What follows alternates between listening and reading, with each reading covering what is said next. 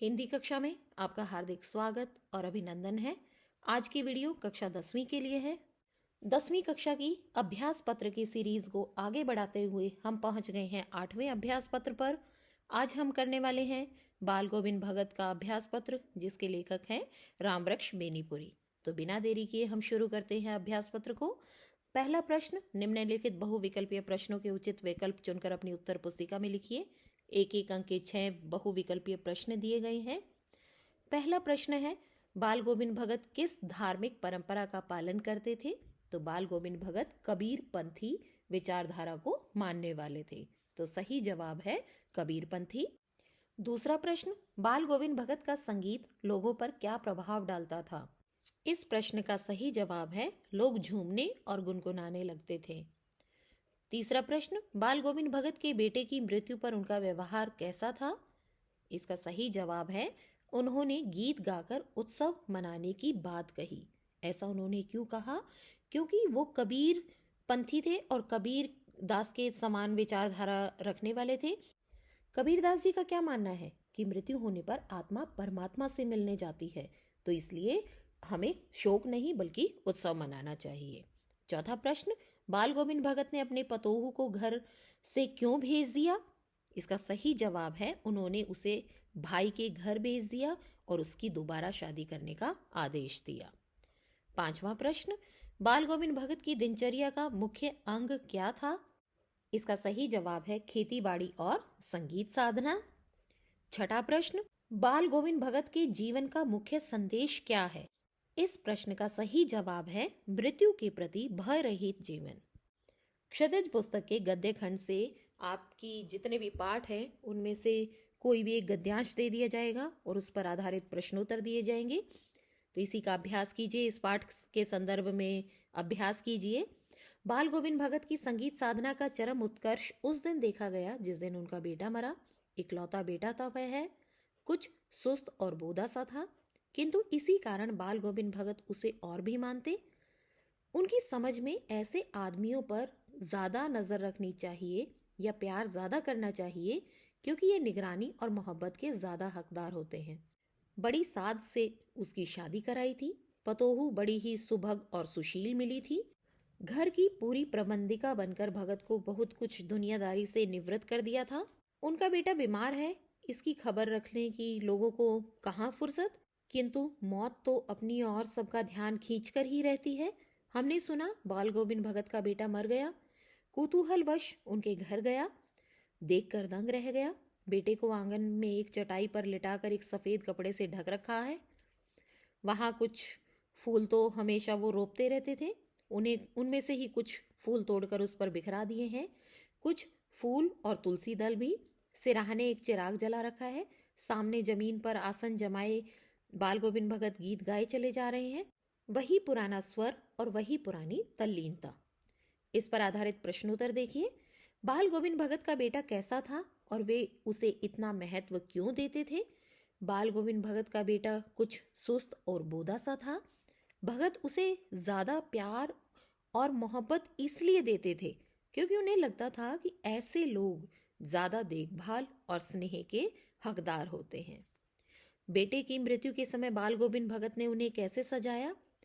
उन्होंने अपने बेटे को आंगन में एक चटाई पर लेटाया, एक सफेद कपड़े से ढक दिया और उसके ऊपर कुछ फूल और तुलसी के पत्ते रखे।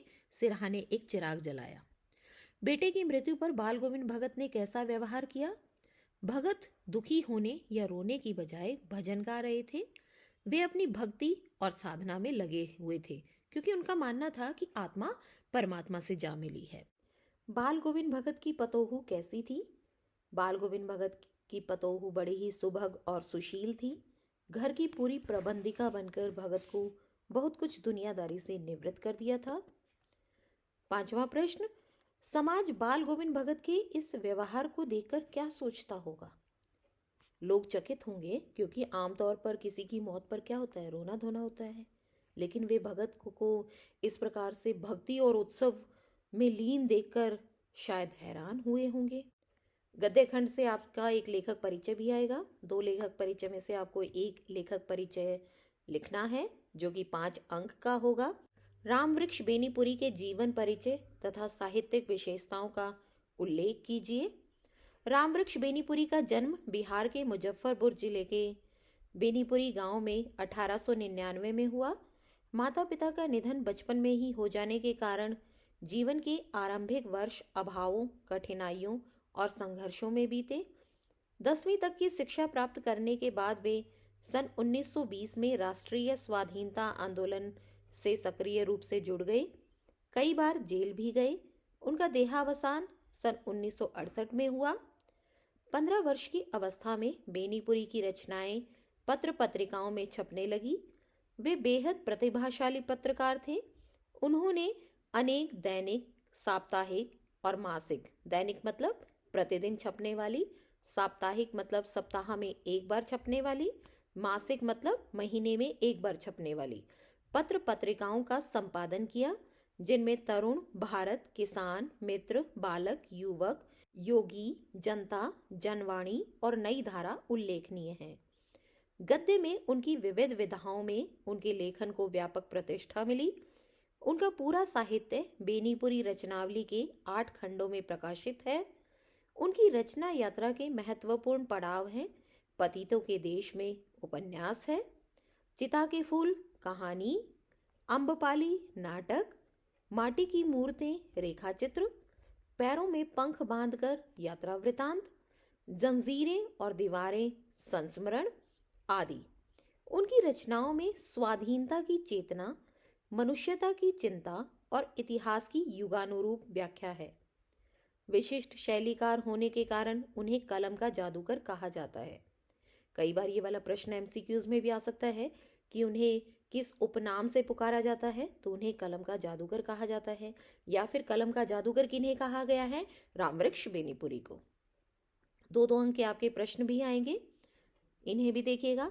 बाल गोविंद भगत के जीवन में साधुता और गृहस्थ के बीच संतुलन कैसे दिखता है?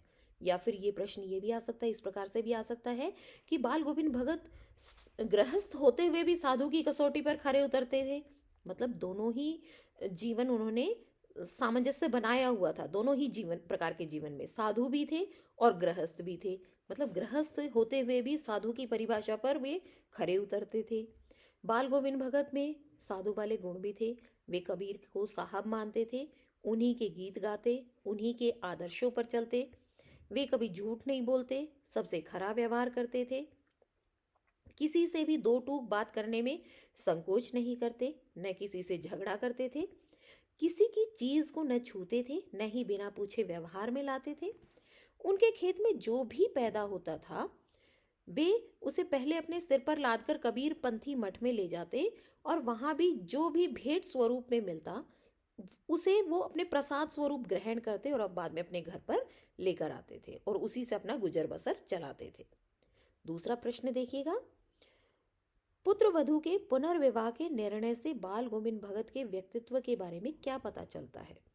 जब उनका बेटा मरा तो बेटे के मरने पर उन्होंने शोक नहीं मनाया बल्कि उत्सव मनाया। उनका क्या मानना था कि आत्मा परमात्मा से जा मिली है। इस विचारधारा से तो उनके कबीरपंथी होने का एहसास मिलता है। पुत्र वधू के भाई को बुलाकर आदेश दिया कि इसे यहाँ से ले जाओ और इसका दूसरा विवाह करा दो। अगर ये यहाँ से नहीं गई तो मैं ये घर छोड़कर चला जाऊंगा। अब पुत्र वधू के दूसरे विवाह कराने से उनके व्यक्तित्व के बारे में क्या पता चलता है? कि वो दूरदर्शी थे कि अगर कल को उनको कुछ हो गया, वो नहीं रहे, तो अकेली ये पुत्र वधू उनकी क्या करेगी, कैसे गुजर बसर करेगी, इतना लंबा जीवन अकेली कैसे काटेगी। दूसरा क्या हुआ? समाज सुधारक, कि समाज को सुधारना चाहते हैं, कि पुनर्विवाह किया उसका जीवन सुधारना चाहते हैं। निडर स्वभाव को दर्शाते हैं कि लोग क्या कहेंगे इसके बारे में वो सोचते नहीं हैं। रूढ़िवादी विचारों के होने के बावजूद अपनी पुत्र वधू के हित में एक असाधारण निर्णय लेते हैं कि लोग क्या कहेंगे इस बात की उन्हें चिंता नहीं है। वो अपनी पुत्र वधू का हित क्या है, भलाई क्या है, इस बारे में वो सोचते हैं। बाल गोविंद भगत पाठ की विधा है रेखा चित्र। अब इसका मूल भाव भी देख लीजिए कि उद्देश्य क्या है या मूल भाव क्या है। रामवृक्ष बेनीपुरी द्वारा रचित यह पाठ एक संदेशपूर्ण रेखा चित्र है। इस रेखा चित्र के माध्यम से लेखक ने ऐसे अद्भुत चरित्र को हमारे सामने प्रस्तुत किया है जो मनुष्यता, लोक संस्कृति और सामूहिक चेतना का प्रतीक है। लेखक ने स्पष्ट किया है कि वेशभूषा या बाह्य अनुष्ठानों से कोई सन्यासी नहीं होता। मतलब बाबा का चोला धारण कर लिया और मन में कपट है, छल है, तो इसका मतलब क्या वो सच में सन्यासी है? सन्यासी का आधार तो जीवन के मानवीय सरोकारों से होता है। इस लेख के माध्यम से लेखक ने सामाजिक रूढ़ियों पर भी प्रहार किया है और ग्रामीण जीवन की सजी झांकी प्रस्तुत की है। यहीं पर हमारा सैंपल पेपर खत्म होता है। अगली वीडियो का इंतजार कीजिए, चैनल को सब्सक्राइब कीजिए, बेल आइकन दबाइए ताकि आपको सैंपल पेपर के अपडेट्स मिलते रहें, ताकि आपका एक भी सैंपल पेपर मिस ना हो पाए। और अगर ये वीडियो आपको अच्छी लगी हो तो लाइक और शेयर ज़रूर कीजिएगा। मिलते हैं अगली वीडियो में जल्दी ही, तब तक के लिए धन्यवाद।